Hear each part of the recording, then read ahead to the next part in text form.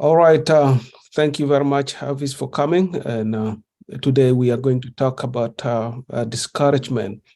Discouragement is one of the aspects in people's life, in our lives, that is negatively impacts our well-being. About discouragement, I think discouragement is something that people maybe look down at, that is not really something important, but is one of the aspects or a tool that the enemy uses to bring us down, not to lift us up. And when we are discouraged, sometimes, most of the time, we complain, we start doing things, and it alters our perspective of things.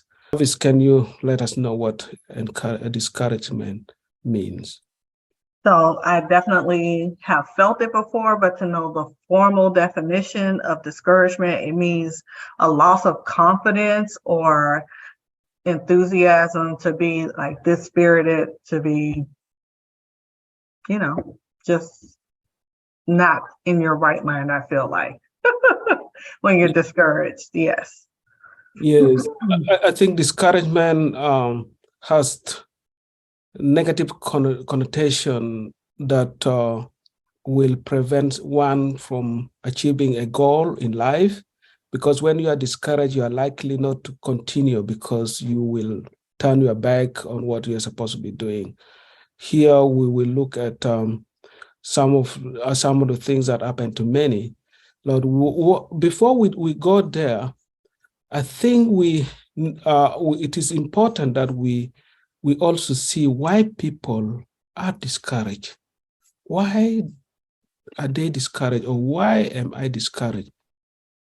Because there are certain things that really can contribute to my discouragement. When life is hard, for example, when life is hard, people often feel burdened and they weigh down simply because of routine of daily work or what they're doing every day. They feel really they are not even capable. They feel discouraged because everything is hard. You try this, you don't succeed, you feel discouraged. You try the other one, it seems it's not going, it's not working, you feel discouraged. So discouragement really affects our life. And also, people may feel discouraged when they feel now they are not supported.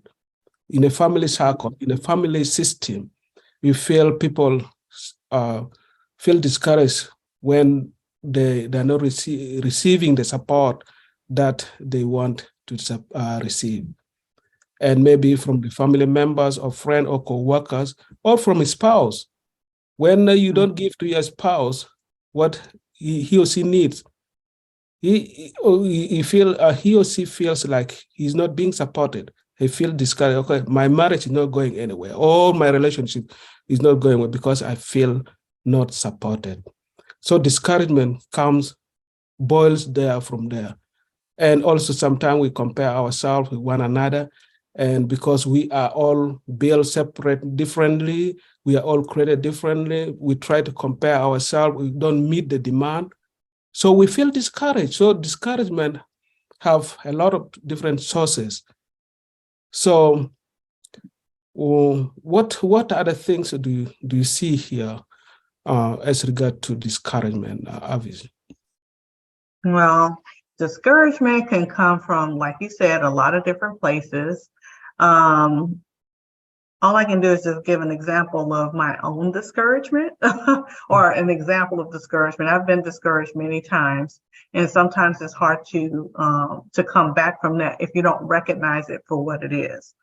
For example, I was in the military and I was going through a type of schooling to become like a enlisted officer. So to go to the next stage of promotion. And I felt that like you said, I wasn't, I felt like I was kind of thrown into the situation last minute. I wasn't supported.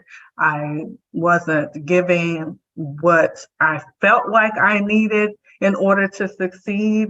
I wasn't prepared mentally or physically for what I needed to pass the class. And as a result of that, I wound up failing the class. And then as a result of that, I made a decision to get out of the military. And I was very, very discouraged. I was just like, oh, and it was just based off of one simple test. I had to find like 3 different points in the wilderness, but I could only find 2, and I couldn't find the last point no matter what I did. And I knew that if I didn't find that last point, that I was going to fail. And it made me so nervous, like the thoughts going through my mind, like I almost became frantic, like I wasn't thinking straight because I was wanting to do it. And I could already, even though I hadn't yet failed, I already felt like a failure. That's right. When you talk about, you feel like you find yourself like in the wilderness, of course, because in the wilderness you don't see a lot of good things. It's only things that seem to be negative in life. So when we see today, encouragement could have like a domino effect, which if one effect is attached or committed, then it is reflected to another one. It keeps on going from one part to the next, from one passion to the next. So here we see discouragement, how powerful it is in our life, how it can pull us up down, because it is the tool that the enemy uses just to bring us down, to destroy us, to destroy our ability to do the things that we need to do. But we see also discouragement here in the lives of the children of Israel when they were coming out from Egypt, because they were going to the promised land, a land filled with honey and milk, a land of peace, a land of joy. So before they could get there, they felt discouraged on the way. Let us read this scripture, Number chapter 21, verse 1. Verse 1? Okay. Numbers 21, verse 1. And the Canaanite, the king of Arad, who dwelt in the south, heard tell that Israel came by the way of Atharim, and he fought against Israel and took some of them captive. You want me to continue? Yes, continue. And Israel vowed a vow unto Jehovah and said, if thou wilt indeed deliver this people into my hand, then I will utterly destroy their cities. And Jehovah hearkened to the voice of Israel and delivered up the Canaanites, and they utterly destroyed them in their cities, and the name of the place was called Hormah. And they journeyed from Mount Hor by the way to the Red Sea to compass the land of Edom, and the soul of the people was much discouraged because of the way. Yes, here their souls were discouraged because of the way. It became so difficult for them to continue moving, even though they experienced some success on the way.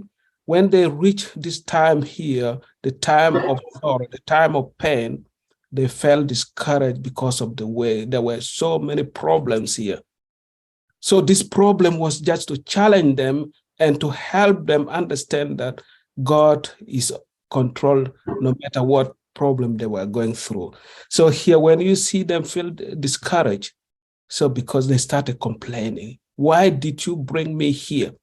They start complaining.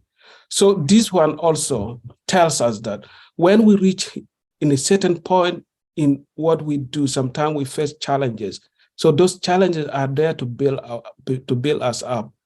So it is not us to run away from the cause that we are showing or we are pursuing. So here they felt so discouraged that they don't want to continue. They started complaining. In your relationship, do you complain?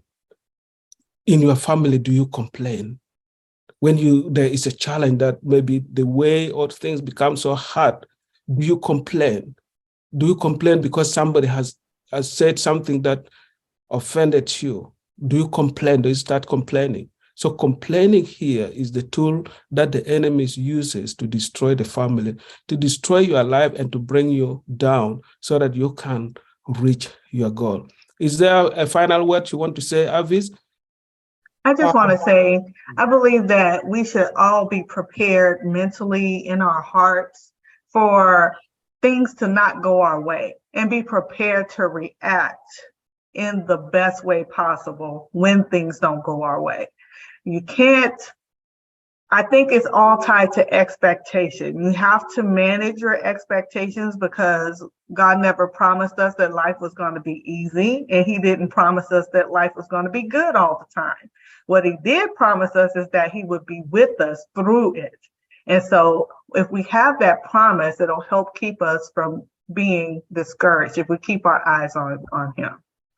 Thank you very much, Avis. And I think people should know that life is not easy. When it becomes so tough, do not be discouraged. When you are discouraged, go to God who gives you encouragement to just let you keep moving until you achieve your goal. May God bless you. God bless.